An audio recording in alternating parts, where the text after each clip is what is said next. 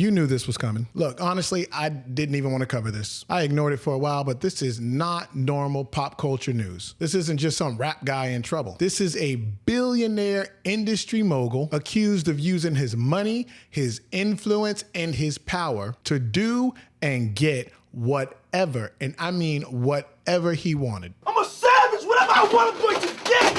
Whatever I want, I have to get. Bad Boy Records has been an iconic name in hip hop for nearly 30 years. Sean Puffy Combs, P. Diddy, Puff Daddy, the Diddler, Brother Love, and a few other weird names, is one of those people whose status spans the gap between genres and industries. So of course this is gonna make headlines. Since Homeland Security or whoever raided his house in Miami, everyone has been on the edge of their seats wondering what was going on. And now that Diddy has been arrested, everyone is coming out of the woodwork with stories about how he did this and that to them. And there's this outcry of support and people distancing themselves from Diddy. But where was all that before the arrest? Where were all those people when young Justin Bieber was hanging out with Diddy looking like a Taliban hostage? But for the next 48 hours, he's with me. So, and we gonna go full crazy. We're going crazy. Crazy. There has been one person who has been consistent in their disdain for Diddy all along, and that was Mase. Well, 50 Cent as well, but he's not really in Diddy's camp, so that doesn't count. And I guess Orlando Brown did sling around some accusations. Diddy, you gave me the ooskash smash. You gave me the ooskash muaf, the smooth smash. Diddy. Yeah, son. You know what I mean? And he's probably telling the truth, but he's also absolutely crazy. Mase and Diddy were once like brothers. Everywhere you saw Diddy, you saw Mase. So how did Mase manage to steer clear of all of the legal drama? How did he manage to avoid the destinies of Big, Shine, The Band, or Danny Kane? How did somebody who was as close to Diddy as Mase was manage to avoid being lathered in those 1,000 bottles of baby oil and never being caught in one of those alleged freak-offs? In some ways, Mase was one of the most integral parts in Bad Boy and Diddy's success. As the story goes, he signed to Bad Boy Records after rapping to P. Diddy in a Hard Rock cafe. Apparently his contract was terrible, which is what led to his eventual departure.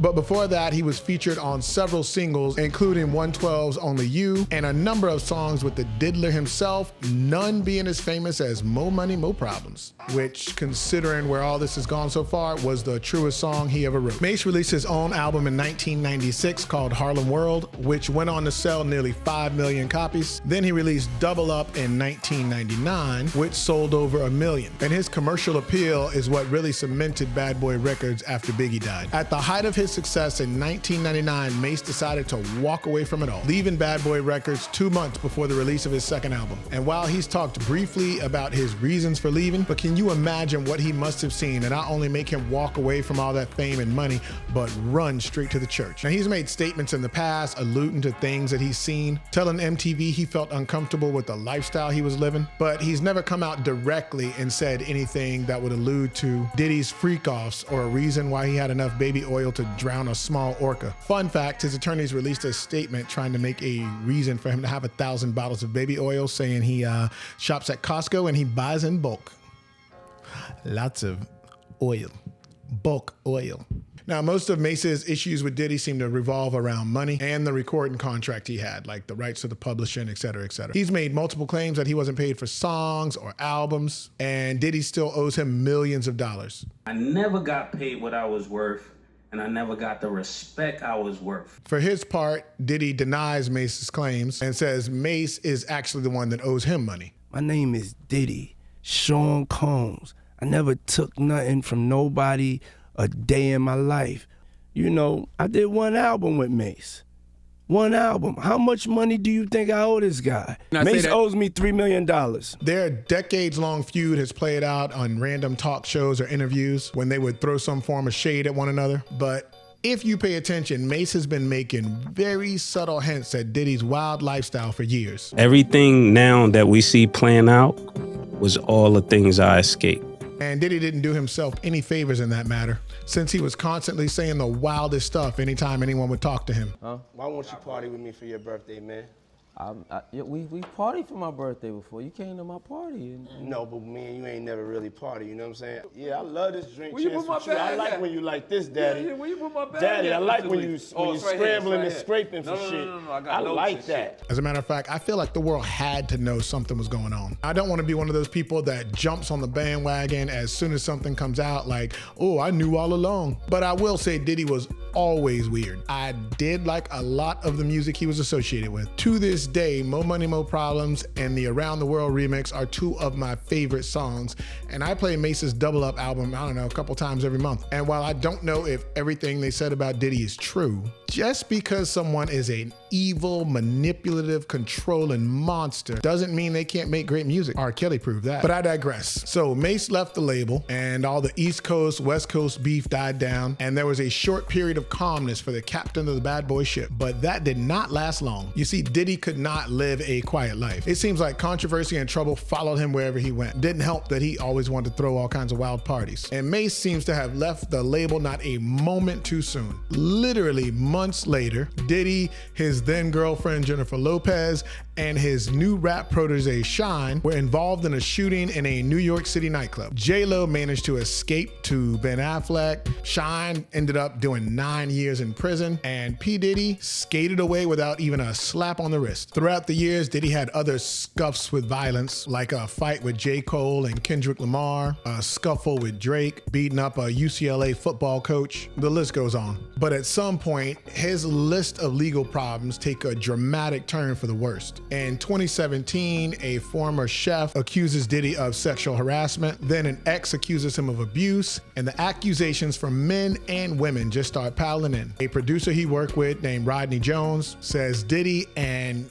Cuba Gooding Jr. sexually assaulted him on a yacht in 2023. His ex Cassie files a lawsuit, then settles for an undisclosed amount. But then a 2016 video of him assaulting her at a hotel surfaces, which is wild because, like I said, this video is from 2016 at a hotel, but it was released 8 years later. That is beyond sketchy, but that's all I'm gonna say about that. So there are just numerous lawsuits filed against Diddy. And all along, Mase is sitting back, watching Diddy's life fall apart and smiling. So in March of this year, Homeland Security raids Diddy's house, citing a sex trafficking investigation, but Diddy maintains his innocence. And now this month, they have finally arrested Diddy. And the list of charges include racketeering, conspiracy, sex trafficking, forced labor, kidnapping, bribery, obstruction of justice, and apparently arson for trying to blow up Kid Cudi's car or something like that. And you know Mase has just got the biggest grin on his face while he watches karma do its job. I'm doing good, man. Reparations is getting closer and closer.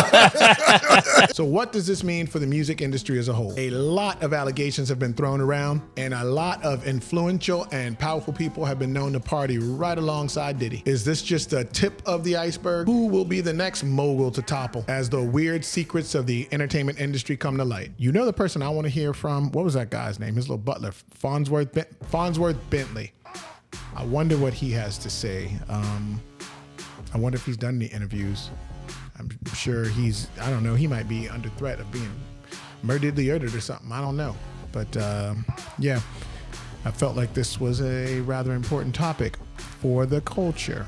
It's been a long 25 years, but Mase is finally being vindicated, and now he looks like a genius for getting out of Bad Boy when he did and running to go praise the Lord. Such a noble pursuit. So good for him. Could have been worse.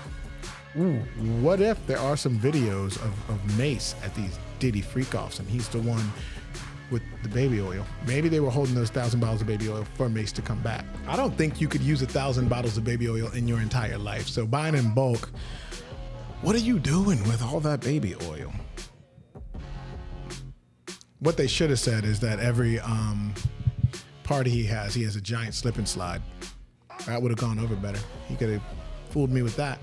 Giant slip and slide would work, but buying in bulk at Costco. They've also released some of the text messages and some other stuff about the indictment, which if I find some clips, I'll toss in here and you can peruse them at your own leisure. But this could also be just a red herring to occupy us while we don't vote for a president that is not going to run the country. So there's that. But I won't even touch on that. So let's just focus on Diddy being arrested and not focus on whatever the government is doing now, Yeah, that's what they do. They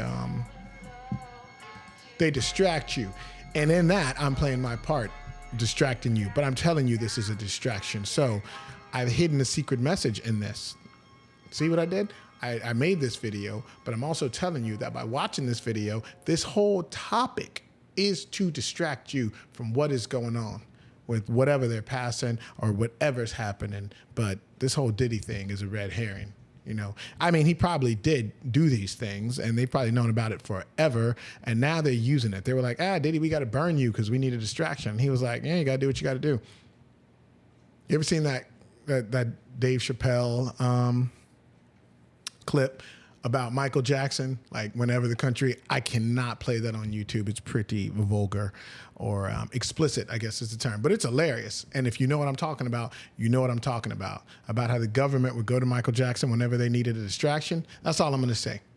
So if you know that part, you're probably laughing right now. It's hilarious. If you don't know that part, look it up. It's probably somewhere on YouTube. I'm not going to put it on my channel because I need more views as is. So yeah. Let me know what you've heard or what you think is going to happen next in the comments. And I'm going to get back to recording videos that I kind of care more about. Pop culture not being one of those things.